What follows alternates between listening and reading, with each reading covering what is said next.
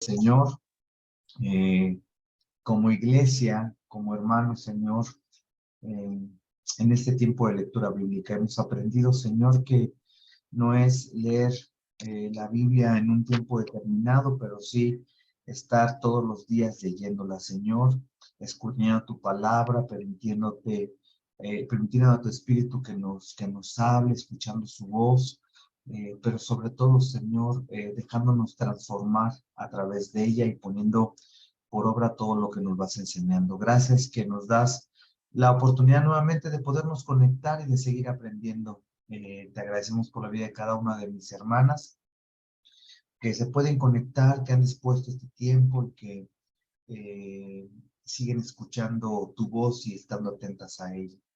Te damos gracias, Señor, en el nombre poderoso de Jesús. Amén. Muy bien, pues vamos a iniciar. Nos quedamos en el capítulo 15 de Primera de Corintios y leímos todo el capítulo 15 y vamos a iniciar el capítulo 16. Mi esposita va a repartir los versículos. Hola hermanitas, buenas noches. Vamos a comenzar en el capítulo número 16 y va a comenzar Bertita de los versículos 1 al 3, hermanita Irma del 4 al 6, Amor del 7 al 9, yo me quedo del 10 al 11,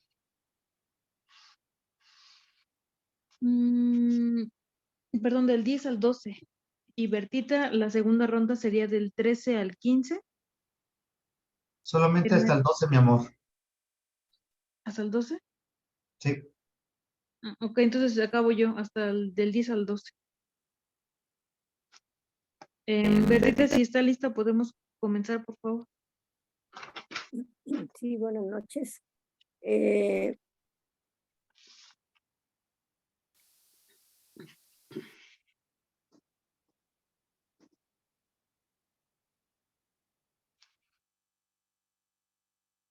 Primera de Corintios, capítulo 16, versículo 40. Sigan las instrucciones que di a la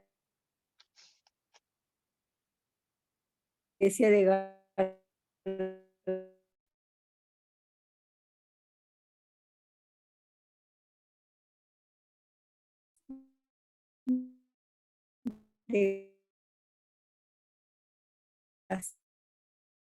Galacia. Luego daré a los que ustedes hayan aprobado y los enviaré a Jerusalén con los donativos que hayan recogido. Amén. Buenas noches, hermanitos. 4. Si conviene que yo también vaya, iremos juntos. Encargos personales. 5.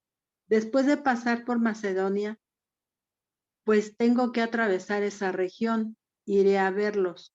6. Es posible que me quede con ustedes algún tiempo y tal vez para allí el invierno. Pase ahí el invierno, para que me ayuden a seguir el viaje a donde quiera que vaya. Amén. 7. Esta vez no quiero verlos solos de paso. Más bien, espero permanecer algún tiempo con ustedes.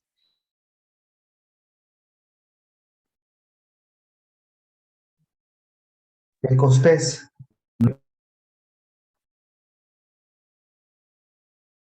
Eficaz a pesar de que hay muchos en mi contra. 10. Si llega Timoteo, procuren que se sienta cómodo entre ustedes, porque él trabaja como yo en la obra del Señor. 11. Por tanto, que nadie lo menosprecie. Ayúdenlo a seguir su viaje en paz para que pueda volver a reunirse conmigo, pues estoy esperándolo junto con los hermanos. 12. En cuanto a nuestro hermano Apolos, le rogué encarecidamente que en compañía de otros hermanos les hiciera una visita. No quiso de ninguna manera ir ahora, pero lo hará cuando se le presente la oportunidad. Muy bien, muchas gracias por su participación. Y bueno, pues iniciamos ya el último capítulo, el capítulo 16. Ya estamos por terminar esta primera carta a los Corintios y en los primeros 4 versículos Pablo toca uno de los últimos temas o el último tema antes de iniciar los encargos finales y la despedida a los corintios. Y la colecta, ¿verdad?, a la que Pablo hace referencia en este primer versículo del capítulo, era una importante iniciativa que él había desarrollado durante su tercer viaje misionero. Muchos de los cristianos judíos de Jerusalén, ¿verdad?, en aquella época, estaban en una gran situación de precariedad. Había mucha pobreza en ese momento. Había sucedido una circunstancia que la vamos a recordar más adelante. Y en Romanos 15:26, Pablo dice, ya que Macedonia y Acaya tuvieron bien hacer una colecta para los hermanos pobres de Jerusalén, ¿verdad? Está hablando de esta colecta. Y Pablo invirtió mucha de su energía recaudando fondos de varias iglesias gentiles en Asia y Europa para ayudarles a suplir sus necesidades. Y es muy interesante, ¿verdad? Porque esta colecta, que en la Reina Valera le llama ofrenda, ¿verdad?, era de las iglesias gentiles a la iglesia de Jerusalén. Recordemos que la iglesia de Jerusalén eran primordialmente judíos convertidos y las demás iglesias eran gentiles, ¿verdad? O de gentiles convertidos al cristianismo. Y además de aliviar el sufrimiento físico, Pablo veía sin duda esta colecta o esta ofrenda una oportunidad para incrementar la unidad de la iglesia entre los sectores judíos y gentiles, lo que les acabo de comentar. Permítanme porque se me trabó tantito. Y entonces, para pagar una especie de deuda espiritual, ¿verdad?, que las congregaciones gentiles tenían con su iglesia de Jerusalén.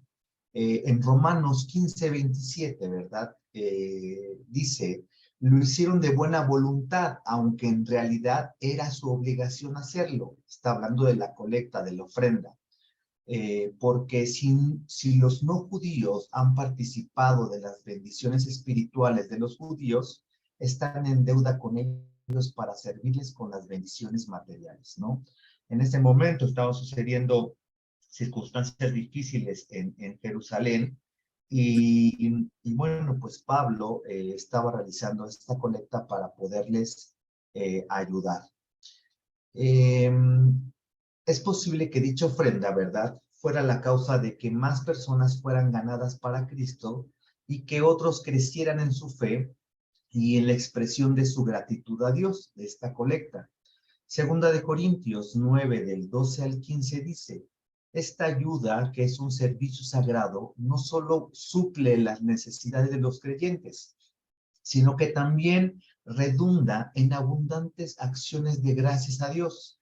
En efecto, al recibir esta demostración de servicio, ellos alabarán a Dios por la obediencia con que ustedes acompañan la confesión del Evangelio de Cristo y por su generosa solidaridad con ellos y con todos. Además, en las oraciones de ellos por ustedes, expresarán el afecto que les tienen por la sobreabundante gracia que ustedes han recibido de Dios. Gracias a Dios por su don indescriptible. Pablo menciona por primera vez esta preocupación por los pobres en Judea en una conversación que tuvo con Jacobo, Pedro, Juan y Bernabé. Esto lo encontramos en el libro de Hechos. Y Gálatas 2:10 también lo menciona. Solo nos pidieron que nos acordáramos de los pobres y esto es precisamente lo que he venido haciendo con esmero. Esta ofrenda específica se inició con la iglesia de Antioquía, donde Pablo y Bernabé servían. Hechos 11, del 27 al 30 dice, por aquel tiempo unos profetas bajaron de Jerusalén a Antioquía. Uno de ellos, llamado Ágabo, se puso de pie y predijo por medio del Espíritu que iba a haber una gran hambre en todo el mundo, lo cual sucedió durante el reinado de Claudio. Entonces decidieron que cada uno de sus discípulos, según los recursos de cada cual, enviaran ayuda a los creyentes que vivían en Judea. Así lo hicieron, mandando su ofrenda a los líderes religiosos por medio de Bernabé y de Saulo, ¿verdad? Entonces, esta ofrenda que Pablo estaba recaudando en las iglesias de Corinto y en toda la región, ¿verdad? En toda esa región era específicamente para ayudar a la iglesia de Jerusalén, de Judea, que estaban pasando por una situación económica difícil, ¿verdad? Y era un esfuerzo para sellar relación, lo que les decía, ¿verdad? Esta ofrenda, esto que estaba haciendo Pablo, era vamos a decirle, una manera como sellar esta relación entre la iglesia de los judíos o la iglesia de Jerusalén, bueno, la iglesia de los judíos convertidos al cristianismo y la iglesia de los gentiles, ¿verdad? Recordemos que para los judíos, los judíos de Jerusalén, de esta primera iglesia, les costó trabajo entender, ¿verdad? Aún ya convertidos, que el Señor haya elegido, hubiera elegido también a los gentiles, ¿verdad? Para que pudiésemos ser integrados, ¿verdad? Que esta gracia, que esta salvación, que esta adopción, ¿verdad? Fuera para nosotros, para los gentiles o los gentiles de aquella época. Entonces era una situación que les costaba trabajo de entender y que todas estas acciones, ¿verdad? Fueron sirviendo para que el Señor siguiera enseñándoles y mostrándoles que realmente este era un propósito de Dios, ¿verdad? Y que Pablo estaba ocupando esta circunstancia para poder, si hubiera habido algún distanciamiento entre esta primera iglesia en Jerusalén y las iglesias gentiles alrededor de ella, hubiera más esta unidad, ¿verdad? Y Pablo llama a este tipo de contribuciones, ¿verdad? Con diferentes nombres en el Nuevo Testamento. Limosna, que es un obsequio de caridad, y esto lo encontramos en Hechos 24:17. Después de una ausencia de varios años, volví a Jerusalén para traerles donativos en la Nueva Versión Internacional, pero en la Reina Valera le llama limosnas a mi pueblo y presentar ofrendas. También le llama como un acto de compañerismo. Segunda de Corintios 9:13, ya lo leímos, ¿verdad? Donde dice, en efecto, al recibir esta demostración de servicio, ellos alabarán a Dios por la obediencia con que ustedes acompañan la confesión del Evangelio de Cristo y por su generosa solidaridad con ellos y con todos. Compañerismo, ¿verdad? También le llama una deuda, Romanos 15:27, ya lo leímos. Y también lo llama un servicio, ¿verdad? Romanos 15:27 y segunda de Corintios 9:12, ¿verdad? Y que esta porción de la palabra dice que al venir el primer día de la semana, ¿verdad? Cada persona debe de poner una ofrenda en un lugar seguro de la casa y más tarde llevarlo al servicio de la iglesia.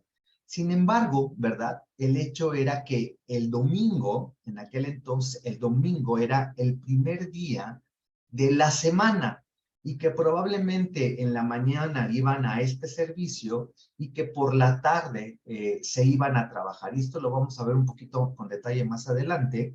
Y que entonces, ¿verdad? Estos depósitos o estos recursos que ellos apartaban, lo iban y lo dejaban en esta primera reunión, el primer día de la semana, que para en ese entonces se consideraba como el domingo, el primer día de la semana y que tenían que trabajar, ¿verdad? En este día se celebra probablemente un tiempo de adoración y esto lo encontramos en Hechos 27. El primer día de la semana, o sea, el domingo, reunidos los discípulos para partir el pan, Pablo les enseñaba habiendo de salir al día siguiente y alargó el discurso hasta la medianoche, ¿no? Pablo en este viaje que hizo y en esta parada donde vio de pasadita, ¿verdad? O rápido a algunas personas de Corintio, entonces Pablo empezaba a enseñar este primer día de la semana, ¿verdad? El domingo, que se fue tomando como una práctica cotidiana, ¿verdad? Y que ahora, bueno, nosotros nos reunimos también el domingo y aunque no lo consideramos como el primer día de la semana, sino el lunes, pero que en aquel entonces era esto lo que estaba sucediendo, ¿verdad? Cuando Pablo predicó en Troas, lo que les acabo de decir en Hechos 27, Y de esto se refiere, ¿verdad? Entonces, probablemente en este corto versículo de Primera de Corintios 15, combinado con Segunda de Corintios 8 y 9, nos da las guías básicas para ofrendar en el Nuevo Testamento, ¿verdad? Y que son 5 características principales. Tiene que ser regularmente, como una prioridad, voluntariamente, alegremente y proporcionalmente, ¿verdad? De acuerdo a lo que uno haya ganado, regularmente, como una prioridad, ¿verdad?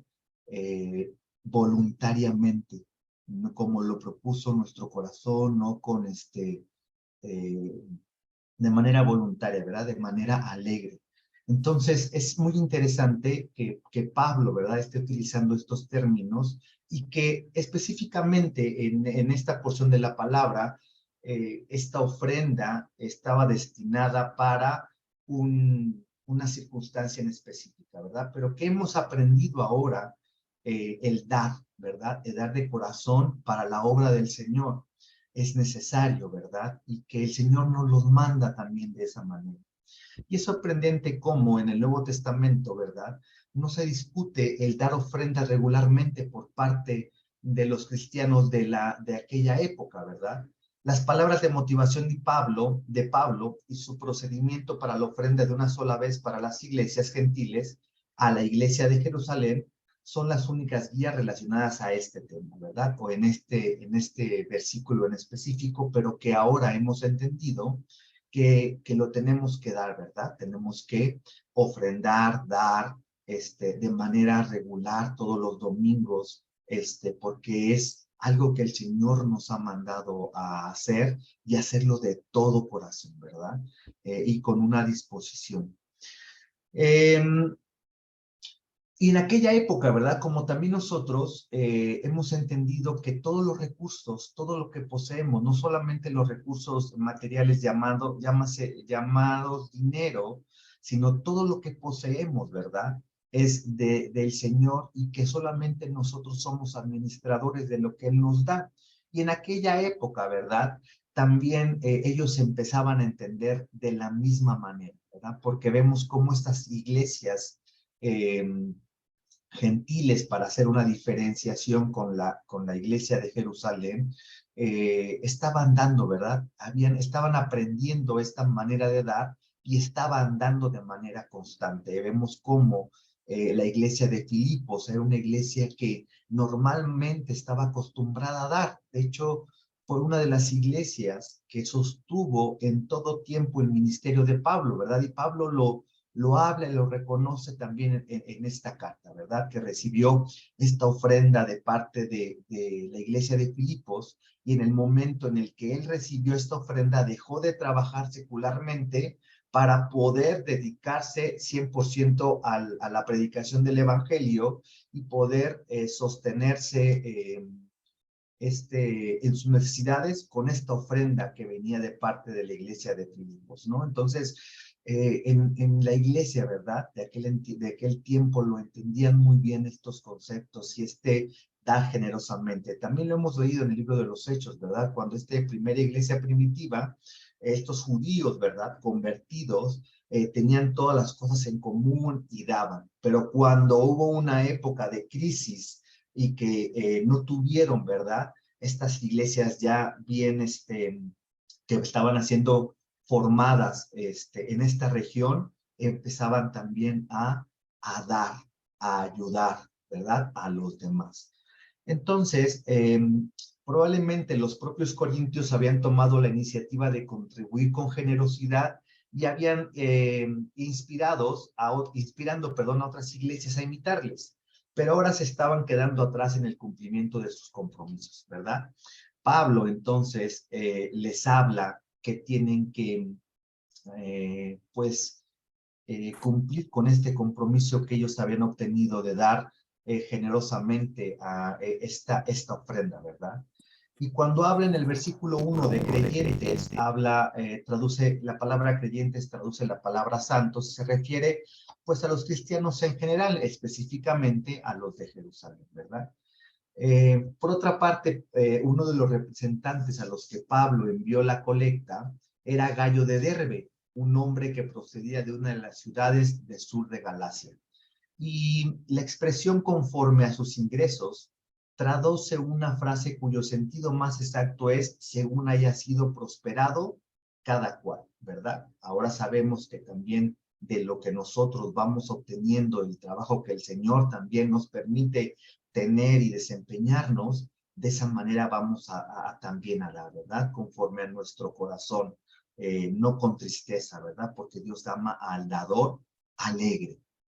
Y la instrucción que da Pablo sobre los representantes y la carta de presentación expresa la preocupación de Pablo por la integridad y la responsabilidad que tenían, ¿verdad?, de llevar estas ofrendas, estos dineros a la iglesia de Jerusalén, y que lo deja muy claro también Pablo en estos primeros versículos, ¿no? Cuando dice: cuando llegue, daré carta de presentación a los que ustedes hayan aprobado y los enviaré a Jerusalén con los donativos que hayan recogido, ¿verdad?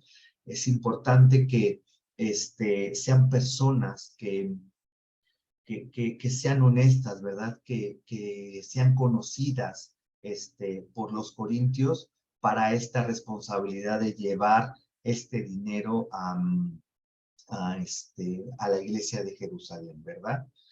Y más adelante, no sé si aquí hay algún comentario o algo que nos quieran compartir en esta primera parte del versículo 1 al 4. ¿No? Muy bien, vamos más adelante entonces. Y del versículo del 5 al 12 que leímos el día de hoy, en el subtítulo dice encargos personales, ¿verdad? Y Pablo empieza a hablar o a dar ciertos encargos, ¿verdad? Pablo, una de las características de Pablo es que en algunas cartas les comenta los planes que tiene, ¿verdad? A dónde va a ir, dónde va a estar, qué es lo que va a hacer. Y sobre todo que siempre hemos aprendido que Pablo se deja guiar por el Espíritu Santo, ¿verdad? Hacia donde lo mande. Él hace una planeación, él hace dirigido por el Espíritu hacia dónde va a ir, pero siempre, ¿verdad? Permitiendo que el Señor sea el que lo dirija, y en este caso no es diferente, ¿verdad? Él dice: cuando a pasar por Macedonia, ¿verdad? Tengo que atravesar esta región, iré a verlos, y luego dice: es posible que me quede con ustedes, algún tiempo y tal vez pase el invierno para que me ayuden a seguir el viaje donde quiera que vaya. Y es muy interesante porque esta ayuda de la que Pablo está hablando también de ayuda económica, ¿verdad? De aporte para su ministerio, para poder seguir hablando del evangelio, yendo a otros lugares, ¿verdad? Es lo que Pablo le está diciendo, y que también, ¿verdad?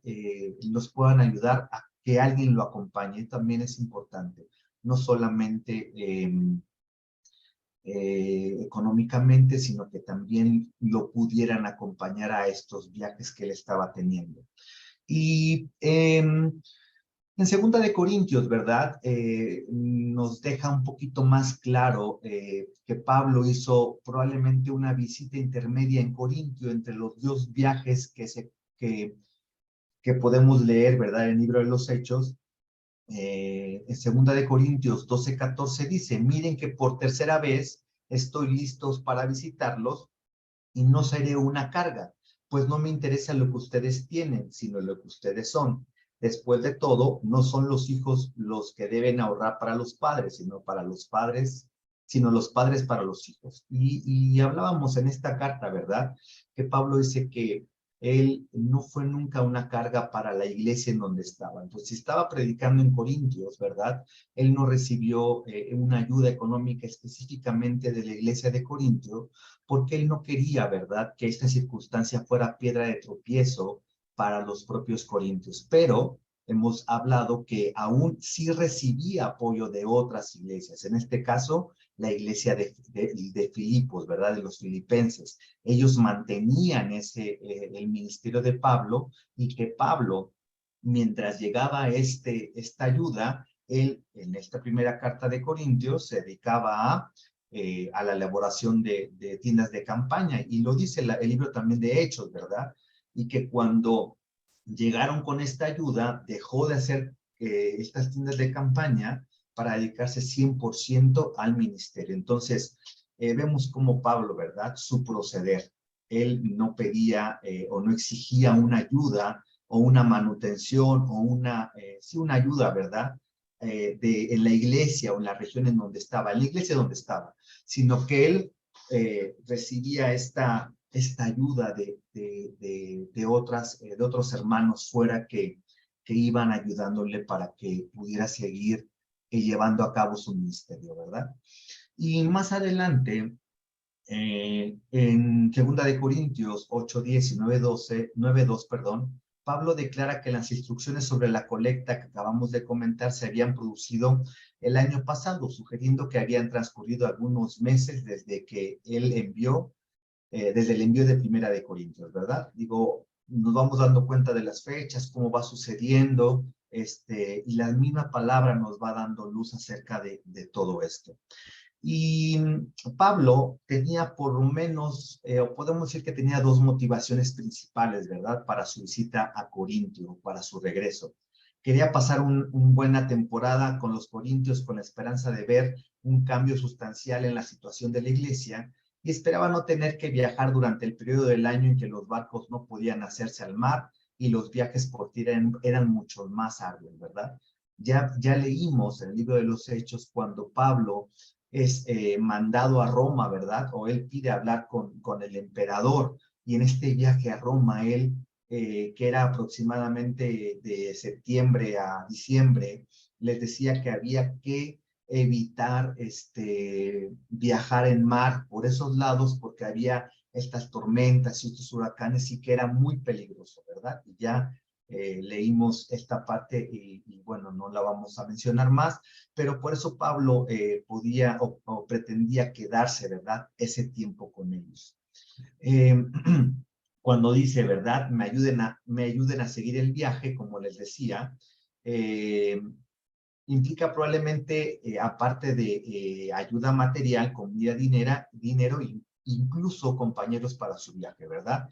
No obstante, el apóstol sabe perfectamente que en toda esta planificación ha de dejar la puerta abierta para que el Señor cambie su itinerario, ¿verdad? Y esto lo leímos también en esta parte de la palabra. Y es interesante, en el 8, ¿verdad? Dice, pero me quedaré en Éfeso hasta Pentecostés, porque se me ha abierto una gran puerta para un trabajo eficaz, a pesar de que hay muchos en mi contra, ¿verdad? Entonces, cuando lleguemos a esta carta de Éfeso, vamos a leer cómo estaban sucediendo cosas, vamos a llamarlo así, sorprendentes, ¿verdad? Las personas en Éfeso se estaban convirtiendo, estaban siguiendo el evangelio, ¿verdad? Se estaban convirtiendo a Cristo, a pesar de que también estaba siendo muy atacado y había muchos en su contra. Entonces, Pablo les está diciendo que irá a verlos, pero por lo pronto se quedará en Éfeso, ¿verdad? Y cuando y dimos la introducción de esta primera carta de Corintios, dijimos que muy probablemente Pablo escribió esta carta cuando estaba en Éfeso, ¿verdad? Y aquí en este versículo lo estamos constatando que fue de esa manera, ¿verdad? Estaba en Éfeso, estaba teniendo la oportunidad de compartir, ¿verdad? Mucha gente se estaba convirtiendo, por eso le llama a él un trabajo eficaz, ¿verdad? Y bueno, cuando llega, dice, si llega Timoteo, procuren que se sienta cómodo entre ustedes, porque él trabaja como yo en la obra del Señor. Y también cuando leamos 1 y 2 de Timoteo, probablemente una de las características de Timoteo era que era tímido, pero también al ser joven no lo tomaban tan en serio, ¿verdad? Entonces, por eso Pablo hace esta recomendación a la iglesia de Corintio, porque, pues bueno, Timoteo era la ayuda de Pablo. Muchos piensan, y esto es algo que algunos teólogos lo mencionan, ¿verdad? Muchos piensan que Timoteo era pastor de alguna de estas iglesias, pero probablemente no era así, ¿verdad? Probablemente Timoteo solamente era esta ayuda de Pablo que iba a una iglesia, iba a otra iglesia, daba algunas instrucciones, veía cómo se estaban manejando, cómo iban avanzando, y que todo esto que sucedía, ¿verdad? Se lo comentaba a Pablo, quien era realmente el que se hacía cargo de todas estas iglesias, ¿verdad? Y bueno, pues Pablo, Timoteo en este caso, pues es enviado también por Pablo para ver cómo está, ¿verdad? Esta iglesia de Corinto, ya que Pablo, pues no podía ir en ese momento. Entonces, por eso cuando viene en el 11 dice, por tanto, que nadie lo menosprecie. Probablemente en esta timidez y en esta juventud, ¿verdad? Que Pablo le da en la primera carta de Timoteo y en la segunda Pablo le da instrucciones, ¿verdad? A Timoteo dice que nadie te menosprecie por tu juventud. Probablemente también Pablo está hablando de esto, ¿verdad? Ayúdenlo a seguir su viaje en paz y nuevamente, ¿verdad? Ayúdenlo a que continúe esta trayectoria, esto que a los lugares donde va a ir, ¿verdad? Muy probablemente también está hablando de esta ayuda económica y de esta ayuda con algunos hermanos, ¿verdad?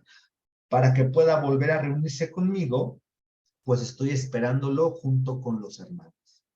En cuanto a nuestro hermano Apolos, le rogué encarecidamente que en compañía de otros hermanos le hiciera una visita. No quiso de ninguna manera ir ahora, pero lo hará cuando se le presente la oportunidad. Y en primera instancia, ¿verdad? Podríamos leer que Apolos rehusó ir, ¿verdad? Que tenía reticencia en ir. Pero en realidad la expresión no quiso de ninguna manera es más literalmente, o dice literalmente, no era de todo la voluntad, o sea, que no es que no haya querido ir, sino que no era la voluntad de Dios en ese momento ir. Recordemos que Primera de Corintios habla de esta desunión, ¿verdad? Que si es de Apolo, que si es de Cefas, que si es de Pablo. Entonces, Pablo en esta primera carta está corrigiendo estas malas enseñanzas, estas situaciones que están sucediendo en Corintio en ese momento. Entonces, en esta desunión, ¿verdad? No era tampoco conveniente que Apolos fuera, pero sobre todo, ¿verdad? Que no era la voluntad de Dios que en ese momento Apolos estuviera o regresara a Corintio. Entonces, Pablo está hablando acerca de esto. Y hoy nada más leímos hasta el versículo 12, ¿verdad? Y que más adelante del 15 al 18 va a dejar otras instrucciones y al final, bueno, del 19 al 24 va a dar los saludos finales de esta primera carta, ¿verdad? No sé si hasta aquí alguien nos quiera compartir o comentar algo que quieran añadir, alguna pregunta, ¿no? Muy bien, pues les agradecemos este tiempo. Primeramente Dios, vamos a continuar con la lectura bíblica y si Dios lo permite nos vemos el día de mañana y le voy a pedir a mi hermanita Irma si nos despide con oración, por favor. Sí, hermanito. Bendito Señor Jesucristo, en esta noche, Señor, te damos muchas gracias, Señor, porque nos permitiste conectarnos, Señor, porque nos has permitido terminar nuestras labores, porque nos has permitido, Señor, tener un día lleno de bendiciones. Te damos muchas gracias, Señor, y te pedimos que bendigas a cada uno de mis hermanos que se conectaron, que se pudieron conectar, y también a los que no se han podido conectar. Señor, bendícelos y guárdalos donde quiera que anden. Te damos muchas gracias, Señor, en esta noche. Bendícelos a nuestros pastores, Señor, a mi hermanito Ángel, a mi hermanita Diana, a mi hermanita Bertita, Señor. Te damos muchas gracias por sus vidas. Y te damos muchas gracias, Señor, en el nombre poderoso de Jesús. Amén. Amén. Gracias, hermanita Irma. Hermanitos, buenas noches. El Señor les guarde. Dios les guarde, hermanos, Buenas bendiciones. noches.